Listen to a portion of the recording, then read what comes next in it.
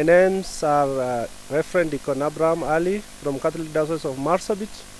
I was ordained a deacon on 20th of July 2019 by our Bishop Peter Kiara. I was born in Northor village or Northor town located within Marsabit County. I am fifth born in a family of 7. We are 3 brothers and 4 sisters. And since I was young, my family are devout Catholic. So our parents, they brought us and they raised us in the Catholic faith to know and to love Christ and His church. And I attended Nodor Primary School from 1996 up to 2003 when I completed my primary school. Later I joined Good Shepherd Minor Seminary in Maraland for my O-level studies, and afterward I joined Christ the King Major Seminary, Nyeri, for 8 years. That is the summary of my studies or my academic life. The call to priesthood, it is a long and also very interesting story, because when I turned 9 years, I became an altar boy in Northor Catholic Church, and I was determined always to help the priests wherever they come to celebrate Holy Mass. And since my home is just very near to the church, so I always got the opportunity to attend morning Mass, Sunday Mass, and what I remember, after morning Mass, I always join priests when they pray divine office, breviary, and later after that I go to my school. So, and like I said, those who inspired me, of course, the vocation is from God. But when we were young, there was this priest, a Comboni priest, who is called Father Rilando Ronzani, who was in charge by then, in charge of the pastoral office in the Catholic Diocese of Marsabit. And Father Rinaldo, most of the time he comes to Northor and he teaches us, because we are altar servers.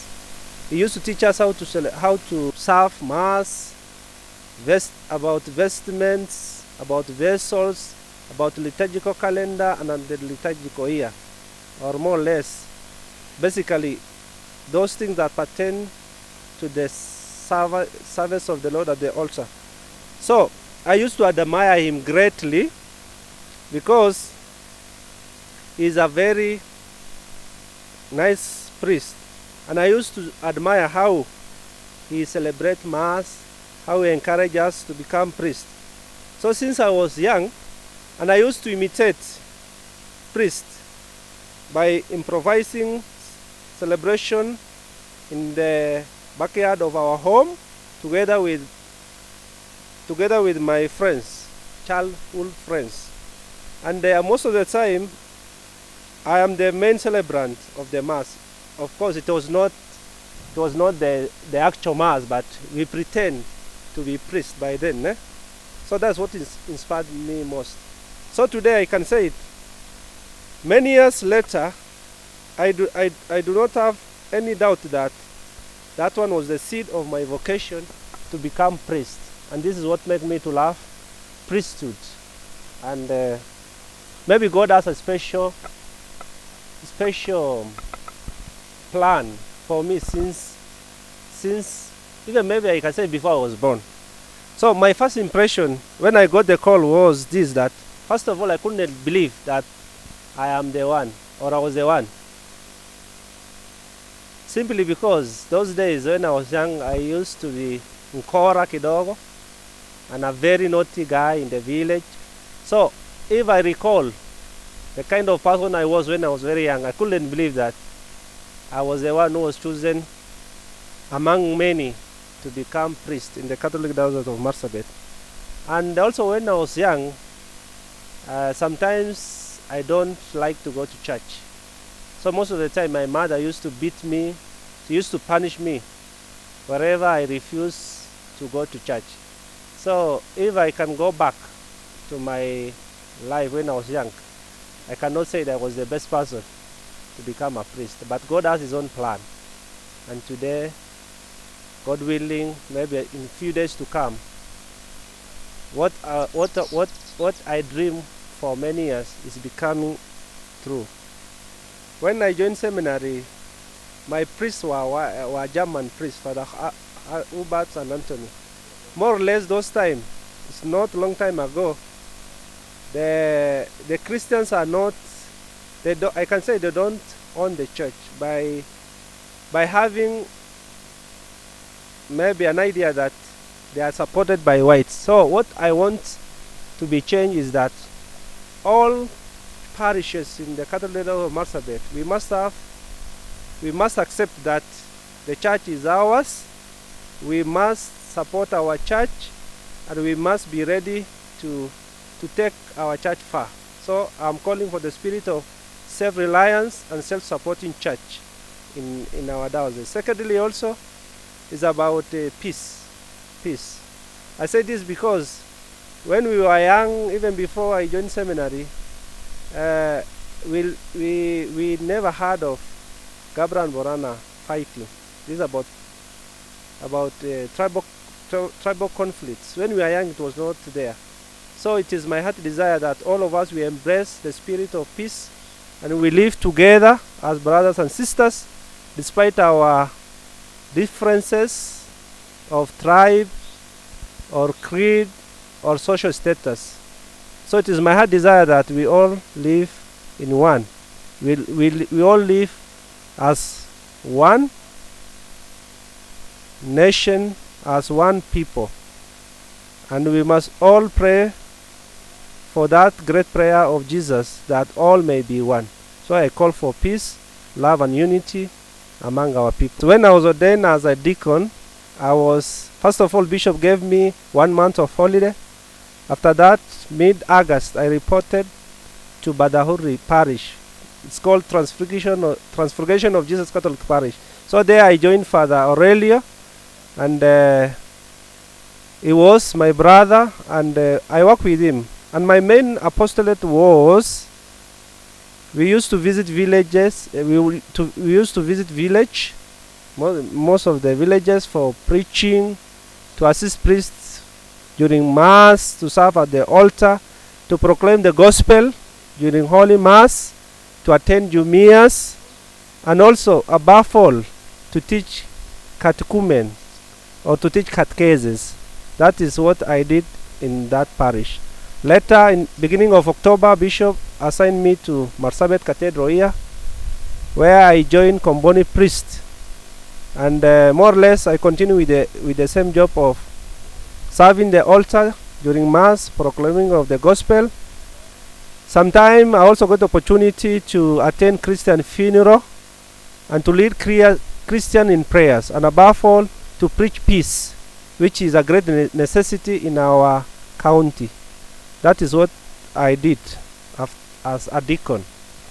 Basically, I share my faith with the people I'm working with, especially Christian, but above all, I want to share my faith with non-Christian, those who have not heard the gospel. To the young people, my message to them is to remain calm and strong in faith, to make sure that they will always live their baptismal promises.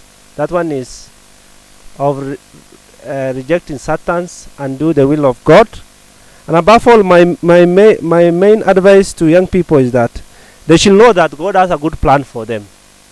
And the plan God has for them is the best plan, because God knows them and their heart desire from the beginning. But what I want to say is this, that the young people today, they must remain focused in their life. And today there are temptations and challenges as As we all know, the youths are facing a lot of challenges here and there. But I want to assure them that every temptations and every challenges that they encounter every day is an opportunity to do good. It is an opportunity to do good. So, on the path to spiritual maturity, even the temptations become a stepping stone rather than a stumbling block for them, when they realize that it is just as much as an occasion to do what is right as it is to do what is wrong. So temptations and the challenges, especially the challenges of faith they face, should be an opportunity for them to witness and to love Christ more and more. So they should safeguard the gift that God has given them during baptism. That is the gift of faith. So this is the message I have for the young people. And for our Christians and all people of God, I want to remind them that as a Christian, we should not speak our languages. And I repeat this. We should not speak our languages. That is our mother tongue. I am a Borana, I am a Samburu, I am a Rendile, I am a Kikuyu. For us, according to me, Christians, we have one language. And that is the language of Christ. And the language of Christ is the language of love, peace, and unity. So we should rise above our cultures, our tribe, and let us identify ourselves with Christ. And if we identify ourselves with Christ, we should not divide ourselves among tribe or among political affiliation or social status. So my emphasis is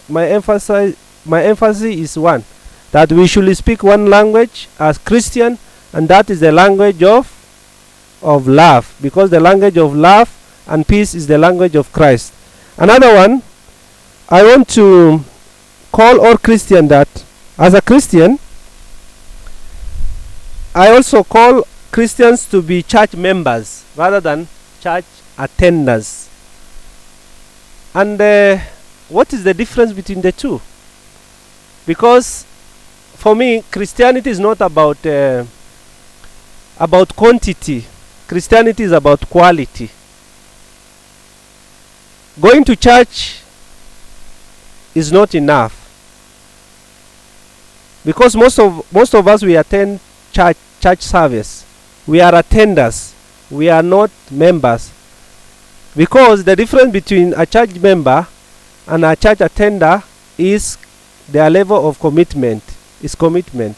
I say this because I can answer it in form of question.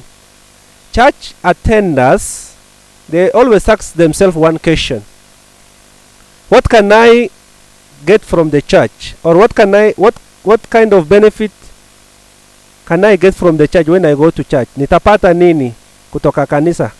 Nikienda nitapata nini?